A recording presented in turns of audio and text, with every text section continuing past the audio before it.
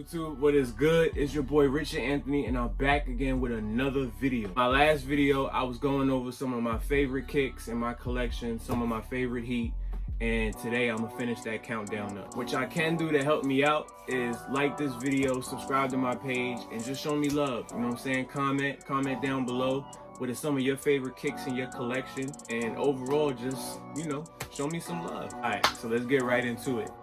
Coming in at number 5, I had to pull out the Air Max 1 through 97 Sean Wotherspoon.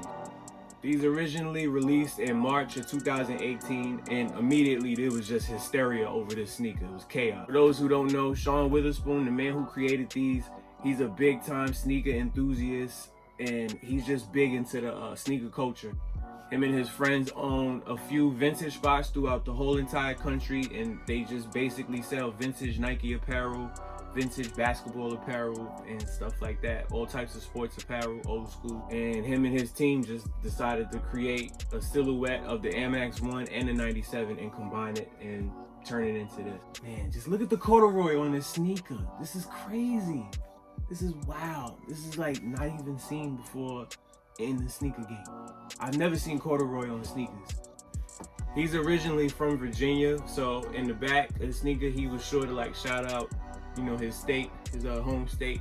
I don't know if you can see it in the camera, but it says VA to LA because his first shop was open in Los Angeles.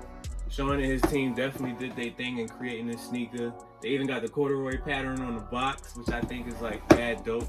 And then even on the inside of the box, you have like a more air kind of, you know, thing going on for Air Max Day, and there's like a short message on the box. Even comes with multiple laces, so it allows people that wear them, you know, to like switch up the game a little bit as opposed to having the yellow up in there. I just kept them stock, you know, I really just kept the yellow on up in there like that. With the different laces, I guess one day, you know, I might switch it up, but for now, I'm gonna just keep it like this.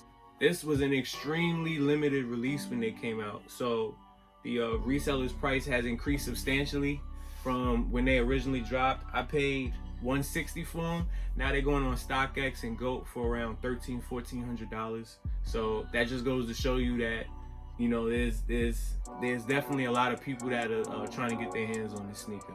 But overall, it's such a unique sneaker with the corduroy patterns and all that. I just think the sneaker's just so fresh. Coming in at number 4, I have the Air Jordan 8, the Bugs Bunny, the playoff edition. But mainly because this was Michael Jordan's final sneaker before his first retirement. Since his original release back in '93, these have come out in so many different colors. But I think the black, you know, like the playoff pattern, the playoff colorway is the best one. Graphic here on the side and also on the inside of the shoe. It gets like all graphical, and it's so hard to believe that like when these sneakers first came out, they were only $125. Now we're paying maybe $180, $190 for them retail. On StockX, they're going for a little bit more than that, maybe around like $400, $450. And then at number 3, I gotta go with the Air Jordan 11 Space Jams. Obviously a very classic sneaker. Obviously Space Jam, right? That's the first thing that comes to mind when people think of these sneakers because he wore them in the movie Space Jam. But what people don't realize is that Michael actually wore these when he came back from his first retirement in '94 against the Orlando Magic in the playoffs. Many people argue that this is like the best Jordan sneaker ever created. These originally came out in 2000 and they've retroed maybe 4 or 5 times since then. More recently, back in 2016 when they dropped, this is actually the 2016 pair.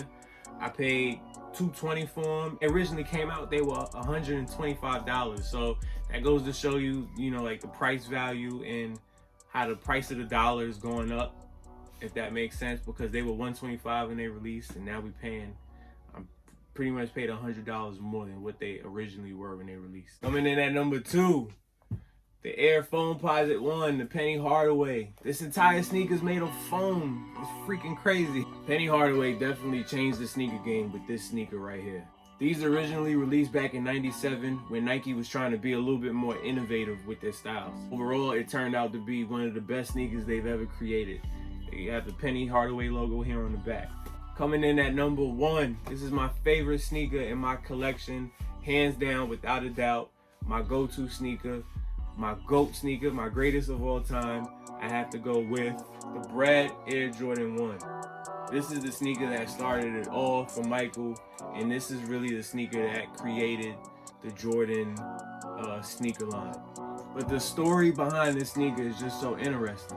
See, during the 80s, the NBA had a strict uniform code which required all of their players to wear a shade of white or a certain percentage of white in their sneakers. Back then, this sneaker just didn't have enough white in it for it to be qualified as a proper sneaker to wear in uniform. So the commissioner at the time of the NBA, David Stern, decided to fine Michael Jordan $5,000 every time he wore this sneaker.